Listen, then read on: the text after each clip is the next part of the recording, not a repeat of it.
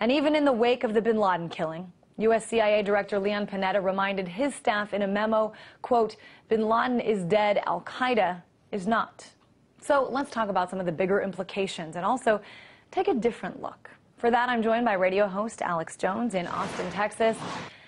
Alex, I want to get your take on some of the different aspects of this. First of all, I got to ask, was this simply retaliation for war crimes of the past, or, do you think Osama bin Laden was still a threat to the United States?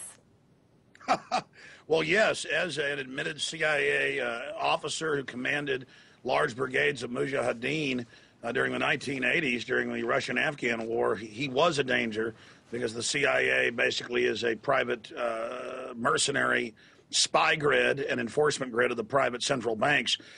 You showed earlier 4 of the number 1 main people the U.S. is after. All 4 of them were trained by the U.S. military, protected. Adam Gadon's granddad ran the ADL.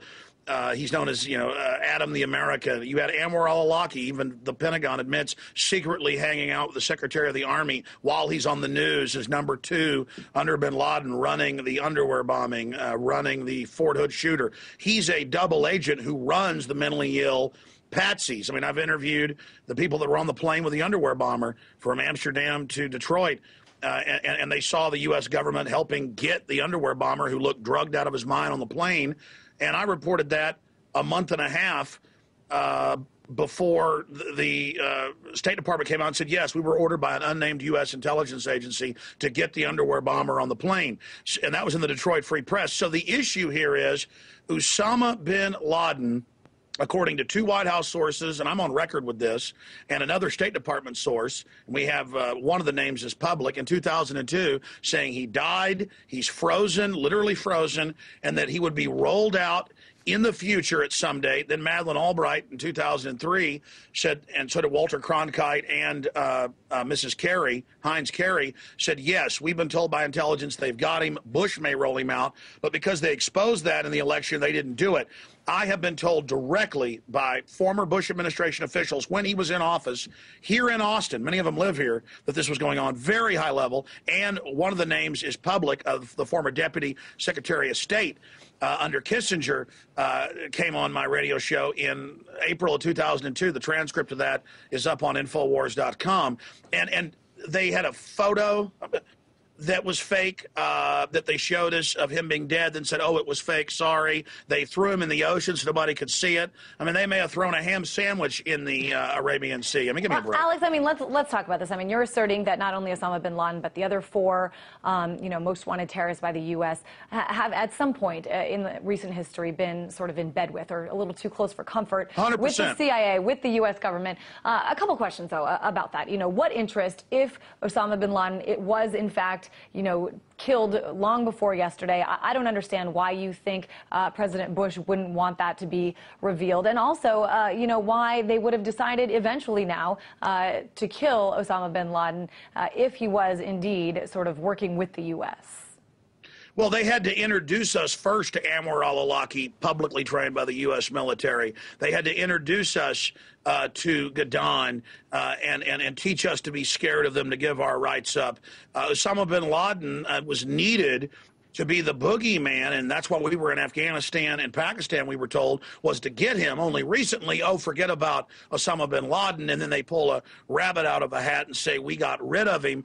At a time when Pakistan's saying, get your troops and drones out of here, at a time when they're talking about extrajudicial assassinations attempted against Gaddafi, which are illegal. This is a way to sell it. At a time when Obama launches his presidential reelection, at a time when Panetta's going over to defense and Petraeus over to CIA, at a time that the Afghan-Pakistan opium securitization war is not going very well. The American people, after almost 10 years, are tired of it. They needed to give us a big win so we could walk tall and feel good. But sorry, can't see his body. We threw him in the ocean. And, oh, we did show you a fake photo.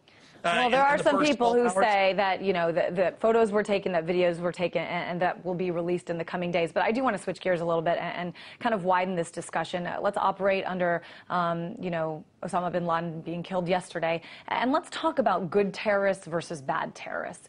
China, for example, saw 6 Chinese Uyghurs as bad terrorists. They were captured by the U.S. They were held for a while at Guantanamo Bay.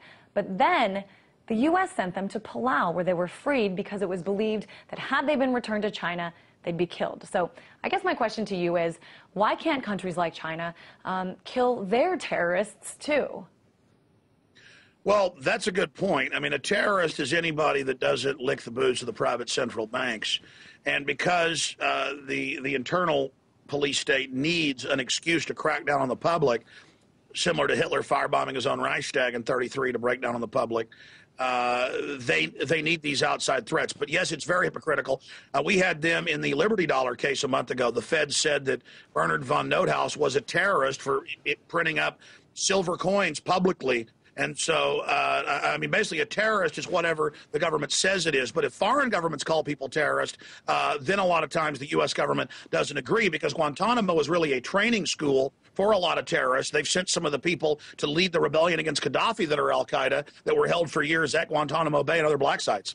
You know, I want to, of course, lots of leaders around the world reacting to this. We heard earlier Afghan President Hamid Karzai saying, you know, okay, now let's take the focus off Afghanistan. We also heard this morning from Secretary of State Hillary Clinton sort of following up on this. And she said, let's remember, you know, that just because Osama bin Laden is dead, there's still a lot more to come. I want to play a little bit of what she had to say, and then I'll get your response. Continued cooperation will be just as important in the days ahead, because even as we mark this milestone, we should not forget that the battle to stop al-Qaeda and its syndicate of terror will not end with the death of bin Laden. Indeed, we must take this opportunity to renew our resolve and redouble our efforts. What do you think, Alex? Renew our resolve and redouble our efforts. What does this all mean?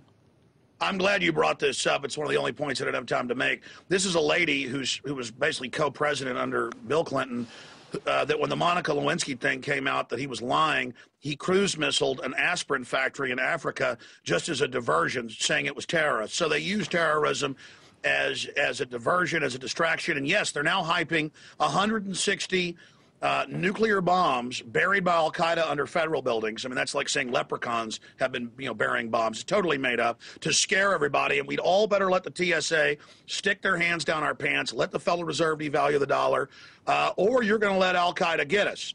And so it's basically like a Swiss Army knife of excuses to sell all this. So they're grandstanding and fear-mongering. Oh, no, al-Qaeda's going to hit us back now because we killed the CIA asset. I interviewed the former head of Pakistani intelligence today, Hamid Gul. He thinks it's all fake. Most of the people in Pakistan think it's fake. They'll trot out a few people that believe all of this, but this is just complete theater. But we can't see the body. They threw it in the ocean. I was going to say, Alex, I mean, you alluded to this a little bit about the secrecy aspect of this. I mean, there is a chance that photos and a video will be released. But right now, there's simply a narrative. There's a story and very little evidence. What do you think about that? Well, I mean, I have the Washington Post, May 25th, 2010, where they admitted the CIA created fake bin Laden videos. I mean, they lied about WMDs, Yellow Cake.